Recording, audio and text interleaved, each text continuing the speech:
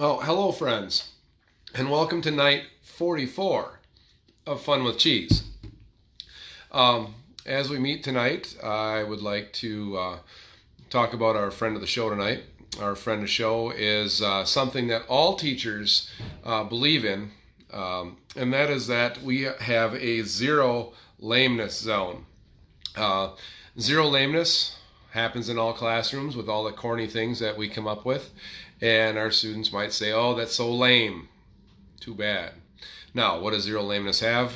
Mr. Gary Gerke, who is our chief resident bovine pedicurist, would tell you that zero lameness is a foot bath manufacturer for cattle, where cows walk through a foot bath that has a tincture of copper sulfate, which keeps hoof rot and fungicidal antifungal properties there. So when they have it eliminates hoof problems. We'll just say that. So they walk through it each night, and it helps them keep their hoof rot to a minimum. So I thought I'd tell you a story tonight, as I partake in a lovely elixir where you're not going to necessarily talk about cheese, but it's definitely a milk product, cultured milk product. So this story comes out of Russia, and I figure I'm going to read you story time, and sometimes we like podcasts and listening. So this comes from a site from a kefir manufacturer that traces back to Russia. The very early beginnings of milk kefir are part legend and a bit mystery. Most all references and research points to kefir originating in North Ossetia, the northern area of the Caucasus Mountains between Russia and Georgia. It was there that the Ossetians defended the nomadic Scythians who settled the area and first harnessed kefir grains into simple leather bags. It's hard to say what the Asian mountains did on a daily basis with kefir, or where exactly it first came across it, but unfortunately there were no written records to document when this story happened. It was passed on down from family to family, and nonetheless the story progresses into Russia, and it becomes more accurate as names, dates, and written records of kefir take place in the legend and storytelling. This is the story of kefir. According to the people of the North Caucasian Mountains, there's a legend of Muhammad gave kefir grain or kefir. The grains of the prophet were guarded jealously, since it was believed that the grains were given away, and the secret to how to use them would be common knowledge. Kefir grains were regarded as part of the family's tribal wealth, and they were passed from generation to generation. The kefir, made in cow's or goat's milk of sacks of hides of animals. Occasionally, kefir sacks were hung out in the sun to dry and brought back in the house, where they were hung near a door. And everyone who entered there would whack the sack of kefir to agitate it. The kefir was removed and fresh milk was added, making the fermentation process continuous. Much like my friend Jeff Dimmick's sourdough recipe that I've been privy to sharing, and it's quite awesome. For many centuries, the people of Northern Caucasus enjoyed this food without sharing it with anyone. Strange tales spread of an unusual beverage with magical properties. Marco Polo even mentioned kefir in his chronicles in the Travels of the East.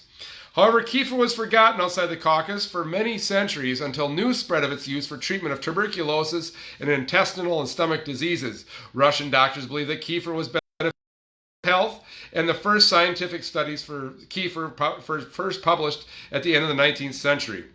However, kefir was extremely difficult to obtain, and the commercial production was not possible with first obtaining the sacred kefir grains.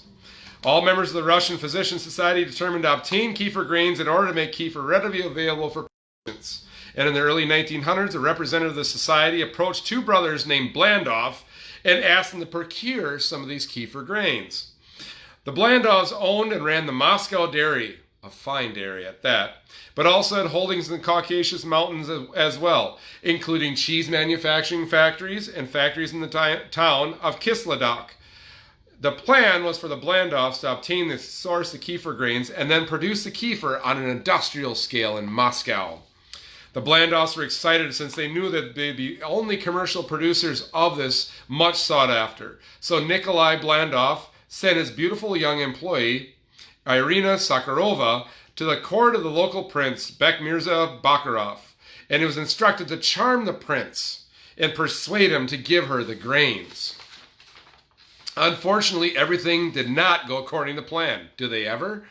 The prince, fearing retribution for violating the religious law, had no intention of giving away the grains of the prophet. However, he was taken with the young man, Irina, and didn't want to lose her either.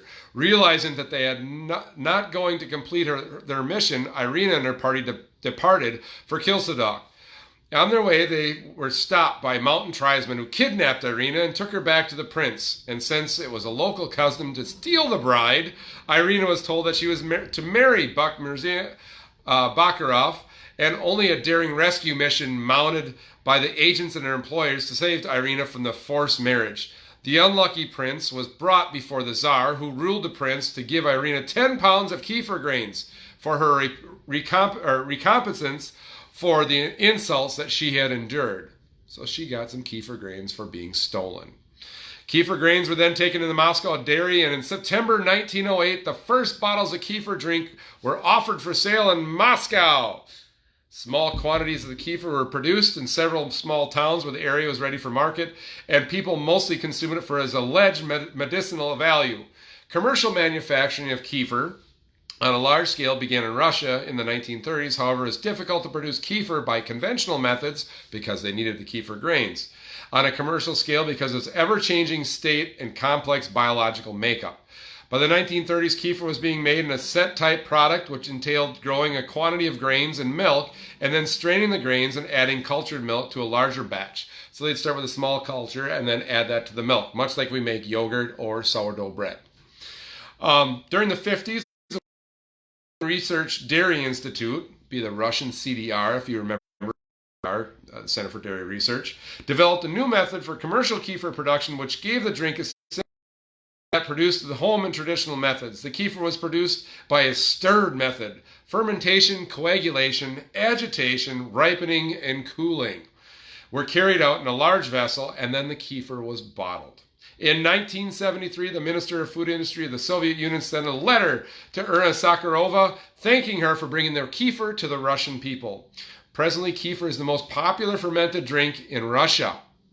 Interesting. Various reports have stated that it accounts for between 65 and 80% of all fermented milk sales in Russia, with production of over 1.2 million tons per year. The average yearly consumption of kefir in the Soviet Union was estimated at approximately 4.5 kilograms, that's almost 12 pounds per person, in the early 1980s. They were using this stuff and fermenting it. Because why? Refrigeration was scarce, and it was easy to ferment milk that was warm.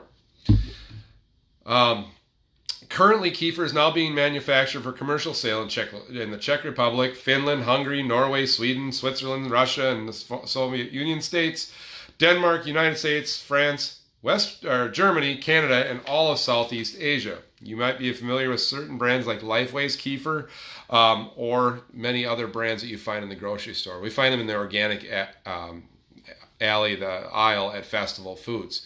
And you can find big bottles of kefir, but I'm going to tell you about this one in a little bit. As kefir makes itself known around the globe, more and more people are able to enjoy this delicious ancient beverage today. It's wonderful to see that despite the times and hectic lives of full ever-evolving technology, we're still able to appreciate and encourage and use something as simple as the natural kefir grains, which are an enzyme and a bacteria that work together to culture the milk and give us this drinkable type yogurt. You might otherwise know it as snow lotus or Tibetan mushroom, kefirs, kefir, kefir, kira, tulai, muda, kiya, bulagros, the grains of the prophet Mohammed, the drink of the prophet, Tibetan mushrooms, tara, yogurt plant, yogurt mushroom, kinoko, yugutain oko, which is Japanese for kefir, or Tibetan mishir pilz, which is fermented Tibetan milk.